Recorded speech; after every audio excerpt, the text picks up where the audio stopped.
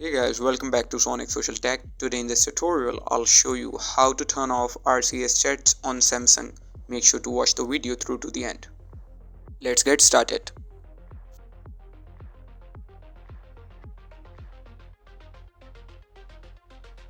First, open up your Messages app.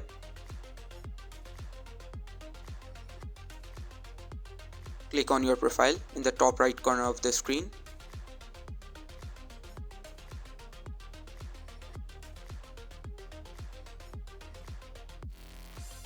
Then find Messages settings.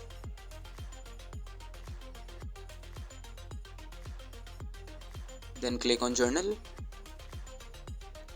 Then find RCS chats. Once you click on RCS chats, there are various of options here. So select the first option and turn off the RCS chats and confirm your choice. That's all. If you find this video helpful, just subscribe to Sonic Social Tech for more tech tips.